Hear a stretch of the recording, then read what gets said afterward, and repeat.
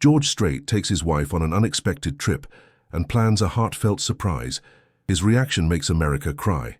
The morning light filtered through the ranch house windows as Norma Strait poured her husband's coffee, just as she had done every day for the past 53 years. At 71, her hands moved with the practiced grace of a woman who had spent decades perfecting the simple rituals that make a house a home. The kitchen smelled of fresh biscuits and bacon, the same breakfast she had prepared for George since their early days, when he was just a struggling musician with big dreams and empty pockets.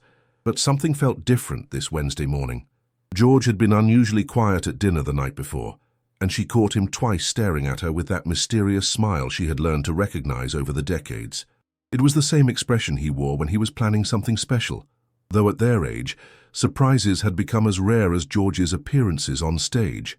"Morning, sweetheart," George said, as he entered the kitchen, his voice carrying that familiar warmth that still made her heart skip after all these years.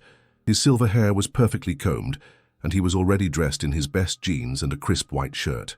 This was unusual for George on a weekday morning, when he typically spent hours in his home office, working on music or handling business calls.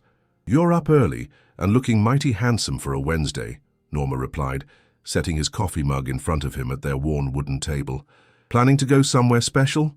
George took a sip of his coffee and reached into his shirt pocket, pulling out a small, folded piece of paper. The gesture was so casual, yet Norma noticed the slight tremor in his fingers. In 5 decades of marriage, she had learned to read every nuance of her husband's behavior, and right now, he was nervous about something. "Actually, I am planning something special," George said, sliding the paper across the table toward her. "Read this, darling. Before we continue with this incredible story of love and devotion, we want to hear from you, our amazing viewers.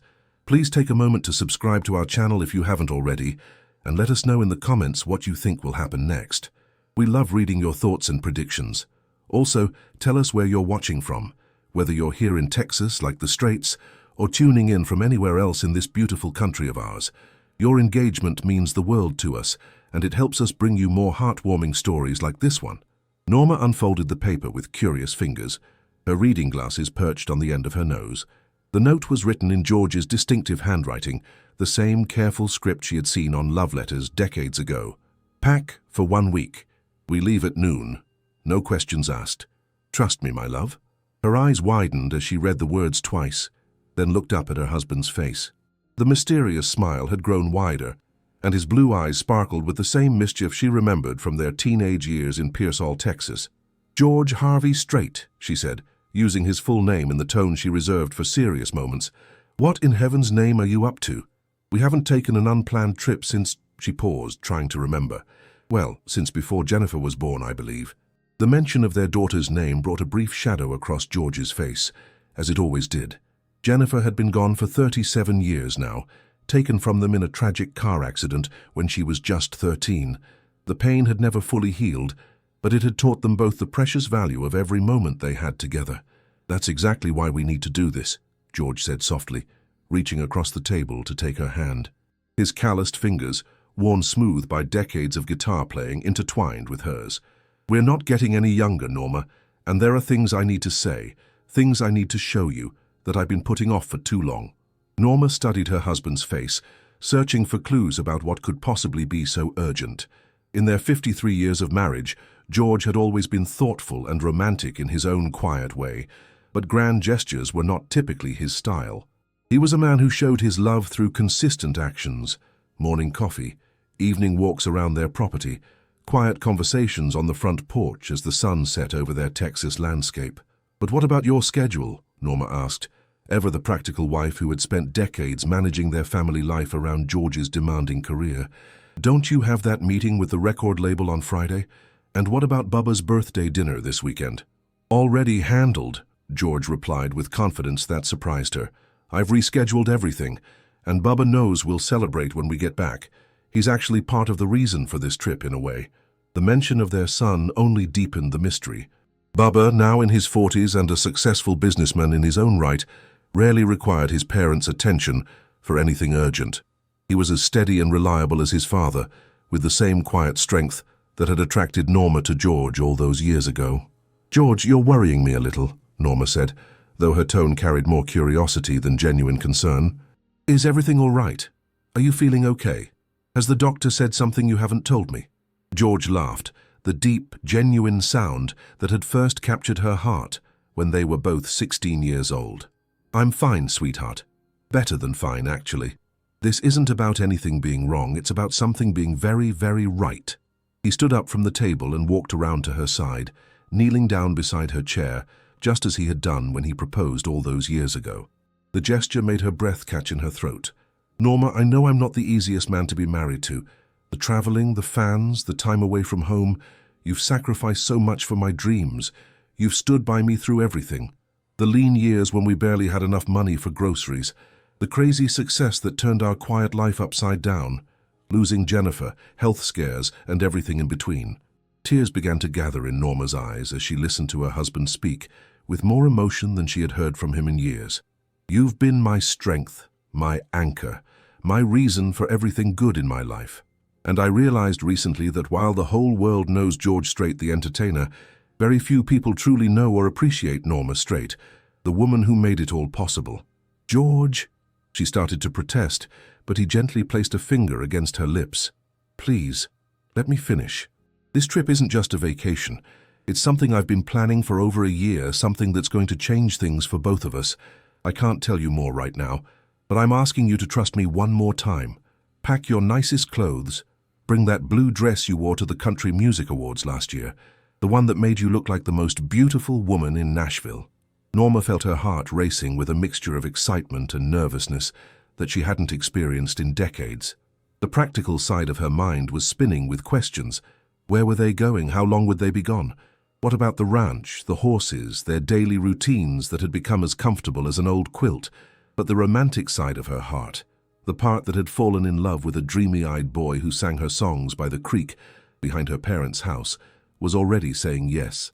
What if I can't pack the right things because I don't know where we're going? She asked, grasping for some semblance of control over the situation. Then we'll buy whatever you need when we get there, George said, with a carefree attitude that was completely unlike his usually careful nature. Money isn't a concern for this trip, Norma. This is about something more important than money. The grandfather clock in their living room chimed 10 times, and George glanced at his watch. You have 2 hours, darling. I've already arranged for Charlie to take care of the horses and the property while we're gone. The bags should be packed and ready to load by 11:30. As George stood up and headed toward the door, Norma called after him. At least tell me what kind of weather to pack for. He paused at the kitchen doorway and turned back with that mysterious smile growing even wider. Pack for all kinds of weather, sweetheart. Where we're going, it might just rain memories. With that cryptic statement, George disappeared into his office, leaving Norma alone with her swirling thoughts and a growing sense that their quiet life was about to change in ways she couldn't even imagine. As she climbed the stairs to their bedroom to begin packing, she couldn't shake the feeling that whatever George had planned would be unlike anything that had happened in their 53 years together. The suitcase felt heavier than usual as she placed it on their bed, not because of its weight, but because of the weight of anticipation it carried. What could possibly be so important that George would orchestrate such an elaborate mystery? And why did she have the strangest feeling that by the time they returned home, nothing would ever be quite the same again? 2 hours later, Norma found herself seated in the luxurious leather interior of George's private jet, watching the Texas landscape shrink beneath them. She had packed 3 different suitcases, changing her mind twice about what might be appropriate for their mysterious destination. George sat across from her, unusually quiet, but wearing that same enigmatic smile that had haunted her thoughts all morning. "Are you going to give me any hints at all?" Norma asked, as the flight attendant served them coffee in fine china cups. Even after all these years of wealth and success, she still marveled at the surreal nature of flying in a private jet. It seemed like yesterday they were driving cross-country in their old pickup truck, sleeping in budget motels and counting every dollar. George looked out the window thoughtfully before turning back to his wife. "Do you remember our first trip to Nashville together? You were 22, pregnant with Jennifer, and scared to death of the big city." The memory hit Norma like a warm wave. It was 1973, and George had been invited to audition for a small record label. They had saved every penny for months to afford the trip, and Norma had sewn her own dress for the meetings because they couldn't afford to buy anything new. I remember you holding my hand so tight during that first meeting. I thought you might cut off my circulation, George continued with a chuckle. And afterward, when they turned me down, you were the one who said we should try again with a different label. You were so talented even then, Norma replied softly. I knew it was just a matter of time before someone recognized what I could see so clearly. That's exactly what I mean, George said, leaning forward and taking her hand. You've always seen potential where others saw problems. You've always believed when I couldn't believe in myself. And tomorrow I want to show you something that might help you understand just how much that has meant. The plane began its descent, and Norma looked out the window to see the familiar skyline of Nashville emerging through the clouds. Music City, the place where dreams came true and hearts got broken, sometimes on the same day. She felt a flutter of nervousness in her stomach, though she couldn't quite understand why. Nashville, she said quietly. I should have guessed. Did you really not suspect? George asked with genuine curiosity. Part of me wondered, but I couldn't figure out why we'd need a whole week here. Usually your business meetings are done in a day or two. George's expression grew more serious. This isn't exactly a business meeting, sweetheart. Well, not entirely. There are some people I want you to meet, some conversations I want us to have, but mostly I want to spend time with you in the place where everything began for us. They were met at the airport by a familiar face, Tommy Martinez, George's longtime manager and friend. Tommy had been with them since the early 80s, and his wife Maria was one of Norma's closest friends. But today, Tommy seemed unusually formal and secretive, greeting them with professional courtesy rather than his typical warm embrace. Good afternoon, Mr. and Mrs. Strait, Tommy said, though his eyes twinkled with barely contained excitement. Your car is waiting, and I've confirmed all the arrangements for this evening. This evening? Norma looked between her husband and Tommy with growing confusion. What's happening this evening? Just a small dinner, George said casually, though Norma noticed he avoided meeting her eyes. Some industry people, a few friends, nothing too formal. As their limousine wound through Nashville's familiar streets, Norma found herself remembering all the times they had visited this city over the decades. The early years when they came with hope and determination, staying in cheap hotels and eating at diners. The middle years when George's career took off and Nashville became a second home.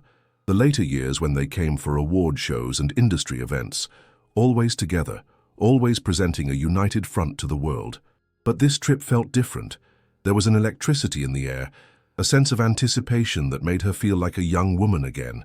They checked into the Grand Ole Opry Hotel, a place that held special significance for both of them. It was here, 30 years ago, that George had received his first standing ovation at the Opry. Norma remembered sitting in the audience, 7 months pregnant with Bubba, tears streaming down her face as she watched her husband's dreams finally coming true. The presidential suite? Norma asked as they were escorted to the top floor.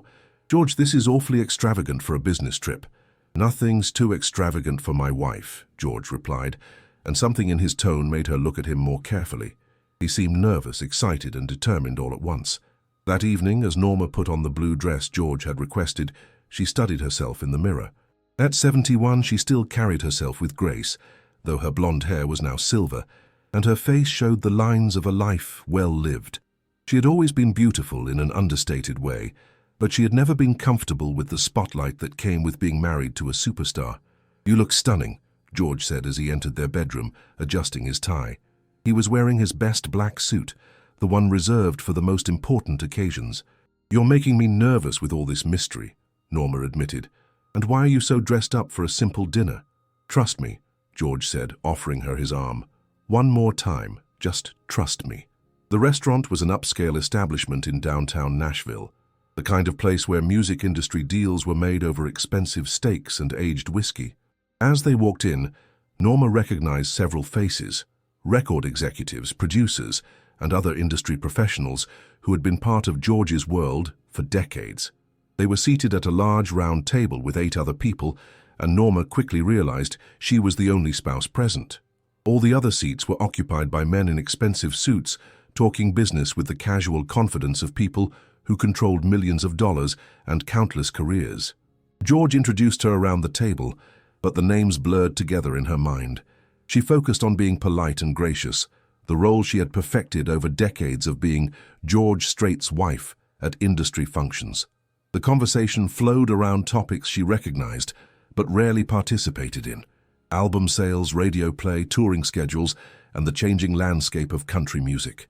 Norma listened politely, occasionally nodding or smiling, but mostly she felt like an observer watching a world she had helped create, but never truly belonged to. It was during the main course that Marcus Reynolds, a prominent Nashville producer known for his expensive suits and even more expensive ego, turned his attention to her. "So, Mrs. Strait," Marcus said with a smile that didn't reach his eyes, "how do you spend your time these days? I imagine life on the ranch must be pretty quiet after all the excitement of George's touring days." "I keep busy," Norma replied modestly.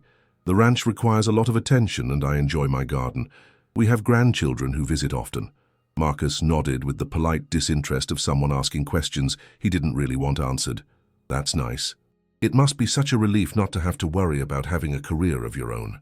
So many of these celebrity wives try to start their own businesses or write books or something, but honestly, most of them should just stick to what they do best, looking good and staying out of the way." The table fell unusually quiet, and Norma felt her cheeks flush with embarrassment and anger. Several people shifted uncomfortably in their seats, but no one spoke up to challenge Marcus's words. "I mean no offense," Marcus continued, apparently oblivious to the tension he had created, "but let's be honest about what works. George is the talent, the star, the brand. The most helpful thing a spouse can do is maintain the home front and not try to compete for attention. Some of these wives think they're entitled to their own spotlight just because they're married to someone famous." George's jaw tightened, and Norma could see the anger building behind his eyes, but she placed a gentle hand on his arm to stop him from responding. She had learned long ago how to handle difficult people with grace, even when their words cut deep. "You're absolutely right that I'm not the talent in our family," Norma said quietly, her voice steady despite the hurt she felt. "George is an extraordinary artist, and I've always been proud to support his career in whatever way I could." "Exactly," Marcus said, raising his wineglass as if toasting her response. "That's the attitude that makes a marriage work in this business. Know your role and stick to it. Too many celebrity marriages fail because the non-famous spouse gets jealous or tries to become famous themselves." As Marcus continued talking, Norma found herself retreating internally. She thought about all the sacrifices she had made over the years, giving up her own dreams of becoming a teacher, moving away from family and friends, spending countless nights alone while George toured, managing their household and finances during the lean years, being strong for both of them when they lost Jennifer. Had it all been just staying out of the way, as Marcus suggested? Had her 53 years of love, support and partnership really been reduced to simply knowing her role? She looked around the table at the other men, all of whom seemed uncomfortable but unwilling to challenge Marcus's crude assessment. Even George, usually so protective of her, seemed to be calculating his response rather than immediately defending her honor. For the first time in decades, Norma Strait felt invisible in her own life, and she wondered if this mysterious trip had been a mistake after all. Little did she know that across the table, her husband was making a decision that would change everything, his earlier plans suddenly becoming far more important than he had ever imagined they could be. The ride back to their hotel was unusually quiet. Norma stared out the limousine window at the neon-lit streets of Nashville, her mind replaying Marcus Reynolds' words over and over again. George sat beside her, his hand resting on hers, but she could feel the tension radiating from him like heat from a furnace. "I should have said something." George finally broke the silence, his voice tight with controlled anger. "I should have put that arrogant son of a gun in his place right there at the table." "No," Norma said softly, though her voice carried a weariness that made George's heart ache. "You handled it perfectly. Getting into an argument wouldn't have changed anything, and it would have just made the evening more uncomfortable for everyone else." But George could hear something in his wife's voice that hadn't been there that morning. A deflation, a sense of defeat that was completely foreign to the strong woman he had been married to for over 5 decades. "Norma, you know that everything he said was garbage, right? You know that you're not just someone who stays out of the way." Norma was quiet for a long moment, watching the city lights blur past. "Do I know that, George? Really? When I think about it honestly, what have I actually accomplished in my life? I mean, what would I put on a resume if I had to write one tomorrow?" The question hit George like a physical blow. In all their years together, he had never heard his wife speak with such doubt about her own worth. "Norma, no, let me finish," she said, turning to face him in the dim light of the car. "I'm not feeling sorry for myself. I'm just being realistic. I got married at 18, had children young, and spent my entire adult life supporting your career, which I chose to do, and I'm proud of that choice. But Marcus wasn't entirely wrong, was he? I don't have my own accomplishments, my own identity separate from being George Strait's wife." George felt his carefully planned surprise taking on a new urgency. What had started as a romantic gesture to celebrate their love was now becoming something much more important, a chance to show his wife and the world exactly who Norma Strait really was. "Sweetheart, you couldn't be more wrong about your accomplishments, but I understand why you feel that way, and that's partly my fault."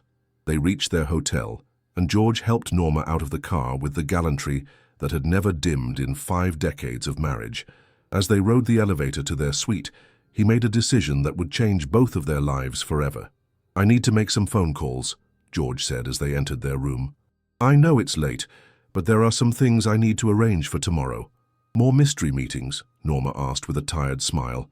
"Something like that," George replied, kissing her forehead gently. "Get some rest, darling. Tomorrow is going to be a very important day." As Norma headed to the bedroom to change out of her dinner dress, George pulled out his phone and began making the calls he had hoped to make under different circumstances. The first call was to Tommy Martinez. "Tommy, it's George. I know it's late, but we need to accelerate our timeline." "What happened tonight?" "Well, let's just say our plans just became a lot more important than I originally thought." "What do you need, boss?" Tommy's voice was alert despite the late hour. "I want to move everything up to tomorrow night instead of Friday. Can you make that happen? The Grand Ole Opry, the musicians, all of it. Tomorrow night." Tommy's voice carried surprise. "George, that's going to be tight. We've got musicians coming in from 3 different states, and the venue coordination alone. I don't care what it costs or what strings you have to pull," George interrupted with unusual firmness. "This can't wait until Friday.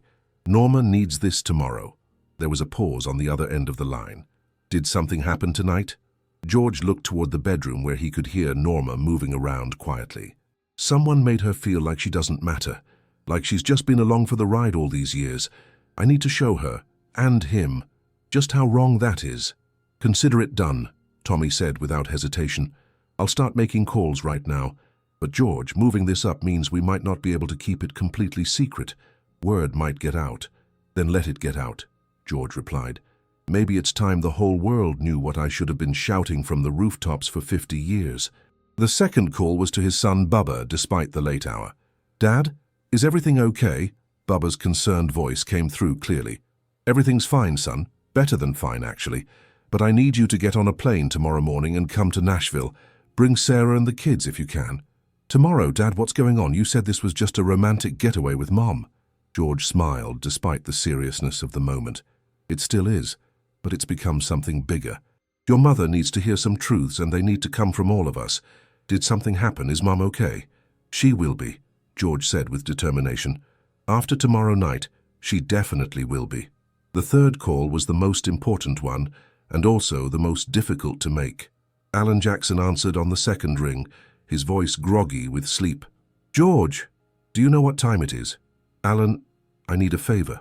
A big one. Can you be in Nashville tomorrow night?" "Tomorrow night? Hang on, let me check my calendar." There was a pause. "I think I'm free, but what's this about?" George took a deep breath. "It's about Norma. It's about showing her and everyone else what she really means, what she's always meant." The mention of Norma changed Alan's tone completely. Like everyone in the country music community, he had tremendous respect for George's wife and the role she had played in his success. "What do you need me to do?" "Just be there and bring your guitar. I'll explain everything tomorrow, but I'm going to need some help showing my wife that she's not invisible." "George, you know Norma's not invisible to any of us, right? We all know what she means to you, to your family, to your career. I know that and you know that, but she doesn't know that. And after tonight, I realize that's my fault. I've spent 50 years protecting her privacy and keeping her out of the spotlight, but maybe I've protected her so well that she doesn't realize how much light she actually brings to everything around her." By the time George finished his calls, it was nearly 2 in the morning. He found Norma in bed staring at the ceiling despite the late hour. "Couldn't sleep?" he asked as he changed into his pajamas. "Just thinking," she replied. "George, can I ask you something honestly?" "Always." "Do you ever regret marrying me so young?" Do you ever wonder what your life would have been like if you'd waited? Maybe married someone who could have been more of a partner in your career instead of just a supporter of it. George stopped what he was doing and turned to face his wife completely. In the soft light from the bedside lamp, she looked vulnerable in a way he hadn't seen since they were teenagers. "Norma Jean Strait," he said, using her full name with the same seriousness she had used with him that morning. "That is the most ridiculous question you've ever asked me, and you've asked me some pretty ridiculous questions over the years." Despite everything, Norma smiled at his teasing tone. "I'm serious, George." "So am I," he said, climbing into bed beside her and pulling her close. "You want to know what I regret? I regret that I've apparently done such a poor job of showing you how essential you are to everything good in my life that you can even ask that question with a straight face." He held her quietly for a moment, feeling her relax against him for the first time since dinner. "Tomorrow night I'm going to fix that mistake," George said softly. "Tomorrow night, everyone is going to see what I see when I look at you." "What's tomorrow night?" Norma asked sleepily. "The beginning of the rest of our lives," George replied. And for the first time since their conversation began, he felt her truly smile against his chest. Neither of them knew that across town, Tommy Martinez was orchestrating the most complex surprise event in Nashville's history, calling in favors from every corner of the music industry. By morning, word was already spreading through the tight-knit country music community that something unprecedented was about to happen at the Grand Ole Opry, something involving George Strait and his wife of 53 years. What had started as a private celebration was about to become a public declaration that would change how the world saw both George and Norma Strait forever. The next morning brought a flurry of activity that Norma couldn't quite understand. George was up before dawn, speaking in hushed tones on his phone, while their hotel suite seemed to have become a command center with Tommy Martinez and several other people she didn't recognize coming and going with clipboards and serious expressions. "What's all this about?" Norma asked as she sipped her morning coffee, watching George pace by the window with his phone pressed to his ear. "Just some last-minute arrangements for tonight," George replied evasively, covering the phone with his hand. "Why don't you take your time getting ready? Maybe visit that spa downstairs you mentioned. I'll have everything sorted out by this afternoon." Norma studied her husband's face, recognizing the focused intensity he only showed when something truly important was happening. But before she could ask more questions, Tommy appeared at George's elbow with an urgent whisper, and George was back on his phone, his conversation too quiet for her to overhear. Feeling somewhat dismissed, Norma decided to take George's suggestion and spend the morning at the hotel spa. As she was getting a manicure, her phone buzzed with a text message from an unknown number. "Mrs. Strait, this is Marcus Reynolds from last night. George invited me to join you both for a special event this evening at the Grand Ole Opry. He said it was a significant industry gathering and that my presence would be valuable. Looking forward to seeing you again. Marcus." Norma stared at the message with confusion and a growing sense of dread. Why would George invite the man who had been so dismissive of her the night before? And what special event was he talking about? George had mentioned they might visit some places in Nashville, but he hadn't said anything about an industry event at the Grand Ole Opry. When she returned to their suite that afternoon, she found George in their bedroom, laying out her clothes on the bed. Not just any clothes, her most elegant black evening dress, the one she had worn to their wedding anniversary party 5 years earlier, along with her grandmother's pearl necklace and the diamond earrings George had given her for their 40th anniversary. "George Harvey Strait," she said, using his full name again. "What exactly is happening tonight?" George turned to face her, and for the first time since their trip began, his mysterious smile was replaced by something deeper, a mixture of love, determination, and barely contained emotion. "Tonight, my darling wife, the whole world is going to see what I've seen for 53 years. Tonight, everyone is going to know exactly who Norma Strait really is." Before Norma could respond, there was a knock at their door. George opened it to reveal Bubba, their son, along with his wife Sarah and their 3 children. Behind them stood George's brother Buddy and his wife, and several other family members Norma hadn't expected to see. "What are you all doing here?" Norma asked, her voice rising with emotion as she hugged each of them in turn. "Dad called us," Bubba said simply. "He said it was important that we all be here tonight, that you needed to hear some things from all of us." The mystery was becoming overwhelming, but before Norma could demand answers, George gently took her arm. "Trust me one more time," he said quietly. Get dressed and let me show you something that's been 50 years in the making." An hour later, they were in a limousine heading toward the Grand Ole Opry House. Norma sat beside George, wearing her elegant black dress, feeling like she was being taken to her own surprise party, but having no idea what the surprise might be. As they pulled up to the iconic venue, Norma was surprised to see several other limousines and luxury cars in the usually quiet parking area for a weeknight. Through the windows, she could see people in formal attire walking toward the entrance. "George, what's going on? The Opry isn't normally open on Thursday nights for public shows." "It's not a public show," George said as he helped her out of the car. "It's something much more special than that." Inside the historic venue, Norma gasped at what she saw. The Grand Ole Opry House, which she had visited dozens of times over the years, had been transformed. The stage was lit with warm, golden lights, and she could see musicians setting up equipment. In the audience, she recognized faces from throughout their life together. Neighbors from their hometown in Texas, old friends from George's early touring days, industry people she had met at various events over the decades. And there, in the front section, sat Marcus Reynolds, looking smugly pleased with himself and clearly expecting some sort of industry networking event. "Ladies and gentlemen," a voice announced over the sound system, "please welcome to the stage the king of country music, George Strait." Norma watched in amazement as her husband walked confidently onto the stage where he had performed countless times before. But tonight felt different. Tonight the energy in the room was electric with anticipation. "Good evening, everyone," George said into the microphone, his voice carrying the same warmth and authenticity that had made him beloved by millions. "Thank you all for being here tonight on such short notice. I know many of you traveled long distances to be here, and I want you to know how much that means to me." He paused, looking out into the audience until his eyes found Norma, sitting in the front row with their family. 53 years ago, I married the most beautiful girl in Pearsall, Texas. Her name was Norma Johnson, and she was 18 years old with dreams of becoming a teacher. Instead, she married a wannabe musician who had big dreams, but very little else. The audience was completely quiet, hanging on every word. That young woman gave up her dreams to support mine. She worked 2 jobs while I played honky-tonks for $20 a night.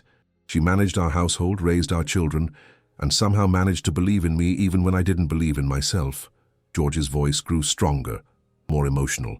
In 1975, when no record label in Nashville would give me a chance, Norma sold her car, the only car we owned, to buy me better equipment and pay for studio time. She walked to work for 6 months so I could chase my dream. A murmur went through the audience, and Norma felt tears starting to gather in her eyes. She had no idea George was going to share such personal details with a room full of people. When our daughter Jennifer died in that car accident 37 years ago, it was Norma who held our family together when I couldn't even get out of bed. When the demands of touring and recording threatened to tear our family apart, it was Norma who found ways to keep us connected. George's voice cracked slightly, but he continued. "Last night, someone suggested to my wife that her role in my success was simply to stay out of the way and know her place.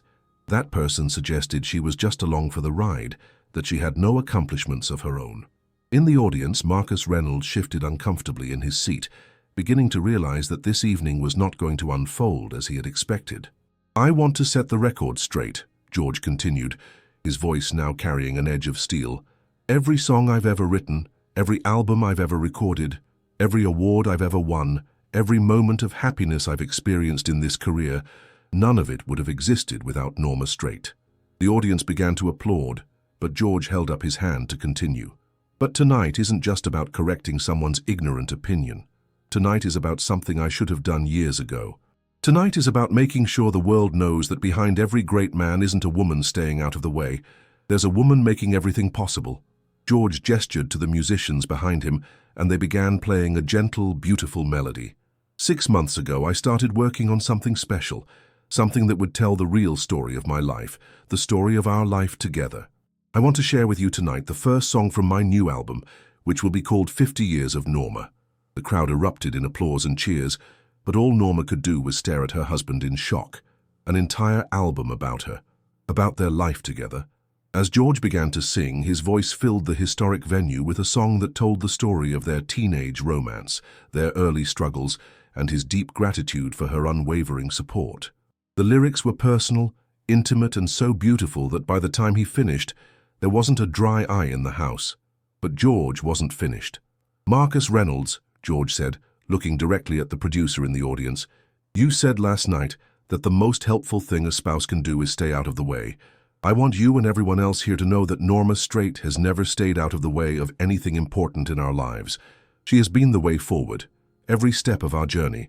Marcus Reynolds' face turned red as he realized the entire room was looking at him, and not with admiration. "In fact," George continued, "I want everyone here to know that Mr. Reynolds felt comfortable sharing his opinion about celebrity wives last night, because he assumed he was in the company of people who would agree with him. I think that says more about Mr. Reynolds than it does about my wife." The room was completely silent, the tension palpable. Marcus looked around desperately, realizing he had been set up, but there was nowhere for him to go without making an even bigger scene. George's expression softened as he looked back at his wife. "Norma, would you please join me on stage?"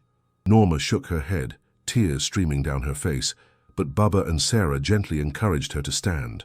On legs that felt like they might not support her, she walked onto the stage where she had watched her husband triumph so many times before. As she reached George's side, the entire Grand Ole Opry house rose to their feet in thunderous applause. Through her tears, Norma could see faces she had known for decades, all of them showing her the love and respect she had never realized they felt. But the biggest surprise was yet to come. As Norma stood beside George on the Grand Ole Opry stage, overwhelmed by the thunderous applause, George gently took the microphone again. The audience slowly settled back into their seats, but the energy in the room remained electric.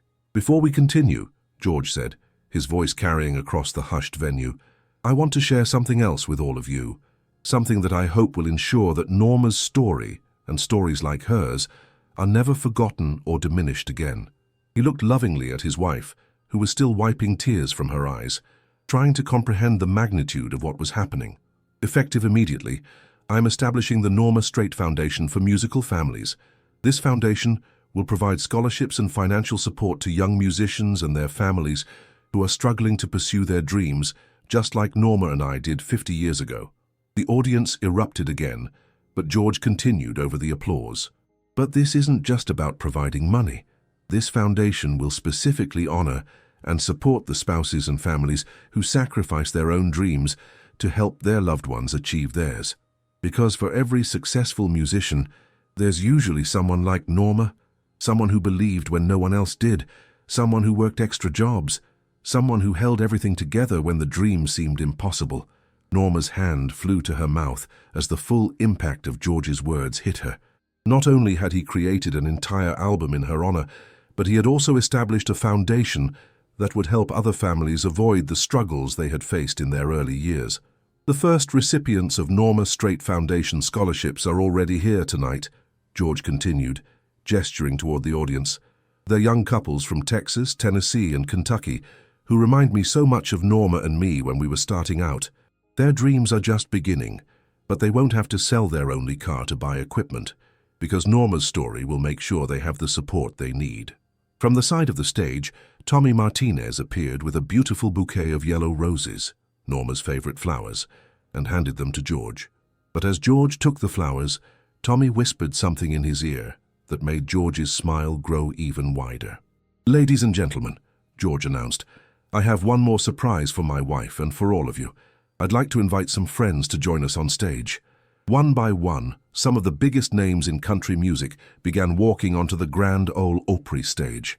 Alan Jackson appeared first, guitar in hand, followed by Miranda Lambert, Tim McGraw, Faith Hill, Keith Urban, and Carrie Underwood.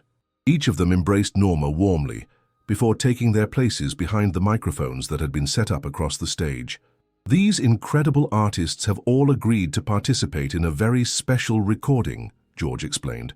"We're going to record a song right here, right now, that celebrates not just Norma, but all the unsung heroes who make dreams possible." The musicians began playing, and one by one each artist stepped forward to sing verses of a song George had written called "The Heart Behind the Dream." The lyrics told the universal story of love, sacrifice, and support that exists behind every successful career, every achieved dream, every moment of triumph. As the song progressed, cameras that had been discreetly positioned around the venue captured every moment. The intimate performance, the genuine emotion on every face, and especially Norma's reaction, her tears of joy, her radiant smile, and the way she looked at George as if seeing him for the first time in 50 years. When the song ended, the entire venue was on their feet again. But this time the applause was different. It wasn't just appreciation for a performance, it was recognition, respect and love for a woman who had spent decades supporting others and was finally receiving the acknowledgement she deserved. George took Norma's hand and led her to the center of the stage. "There's one more person who needs to say something tonight," he said, looking directly at Marcus Reynolds in the audience. Marcus Reynolds stood slowly, his face flushed with embarrassment and what appeared to be genuine remorse. He walked toward the stage, and George handed him a microphone. "Mrs. Strait," Marcus began, his voice shaking slightly, "I owe you an apology that's about 50 years overdue, even though I only met you yesterday. What I said last night was not only wrong, it was cruel and ignorant. Watching this tonight, hearing your story, seeing the love and respect that everyone in this room has for you, I realized that I was speaking from a place of complete ignorance about what real partnership looks like." He paused, struggling with his emotions. "I've been in this business for 25 years, and I've seen a lot of celebrity marriages come and go.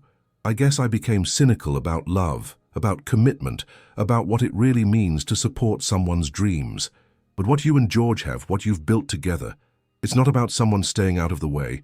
It's about two people building something beautiful together, with one person's success being the other person's success too." Marcus looked up at Norma, who was listening with grace despite the hurt he had caused her. "You didn't stay out of the way, Mrs. Strait. You were the way, and I'm deeply sorry for suggesting otherwise. I hope someday I can find someone who believes in me the way you've believed in George, and I hope I'm smart enough to recognize that gift when I find it." The sincerity in Marcus's voice was unmistakable, and when Norma nodded her forgiveness, the entire venue applauded his courage in making such a public apology. But the most magical moment was yet to come. George picked up his guitar one final time. "Norma," he said softly, "this last song isn't from the album. It's something I wrote this morning after our conversation last night. It's called Finally Seeing You." As George began to play, his voice filled the Grand Ole Opry with words that came directly from his heart. The song was about finally recognizing the woman who had always been there, finally seeing her strength and her beauty and her worth after 50 years of taking it for granted. It was an apology, a love letter, and a promise all wrapped into one perfect melody. By the time the song ended, there wasn't a person in the venue who wasn't crying, not just tears of sadness, but tears of recognition, of hope, of belief in the power of true love. The cameras captured it all. Norma's face as she heard her husband sing about seeing her clearly for the first time, the audience's emotional response, the way every person in that historic venue seemed to be thinking about their own relationships and the people they might have been taking for granted. Within hours of the event ending, the footage began appearing on social media. Someone in the audience had shared a video of George's speech about Norma selling her car, and it spread like wildfire across Facebook, Instagram, and TikTok. The hashtag 50 Years of Norma began trending nationally. By the next morning, major news networks were covering the story. The video of Norma's reaction to George's surprise, her genuine shock, her tears of joy and the loving look she gave her husband, touched something deep in the American consciousness. In a world where celebrity relationships often seemed shallow and temporary, George and Norma Strait represented something that people were hungry for: authentic, enduring love built on mutual respect and genuine partnership. The album 50 Years of Norma was released 2 weeks later, and immediately shot to #1 on both the country and pop charts. It became the fastest-selling album of George's entire career, but more importantly, it sparked a national conversation about recognizing and appreciating the people who support our dreams. The Norma Strait Foundation received over $5 million in donations within the first month, allowing them to help hundreds of young musical families across the country. Letters poured in from spouses who felt invisible in their own lives, thanking Norma for showing them that their contributions mattered. Marriage counselors reported an increase in couples seeking help, not because they were in crisis, but because the Strait story had inspired them to strengthen their relationships. Jewelry stores saw a spike in sales of appreciation gifts, and florists across America ran out of yellow roses as husbands everywhere tried to channel their inner George Strait. 3 months after that magical night at the Grand Ole Opry, George and Norma sat on their front porch in Texas, watching the sunset over their ranch, just as they had done thousands of times before. But everything was different now. "Do you ever regret it?" Norma asked, referring to the way their private life had suddenly become a public inspiration. "All the attention, all the interviews, all the people wanting to know our story." George took her hand, the same hand he had held for 53 years, and smiled. "The only thing I regret is waiting so long to tell the world what I've always known, that you're the strongest, most beautiful, most important person in my life, and that any success I've had is really our success." Norma squeezed his hand and leaned back in her rocking chair, finally understanding what she had never quite grasped before. She hadn't spent 50 years staying out of the way. She had spent 50 years lighting the way, not just for George, but for their children, their grandchildren, and now it seemed for countless other families across America. As the stars appeared in the Texas sky, George softly hummed "Finally Seeing You," and Norma realized that sometimes the most beautiful endings are actually new beginnings in disguise.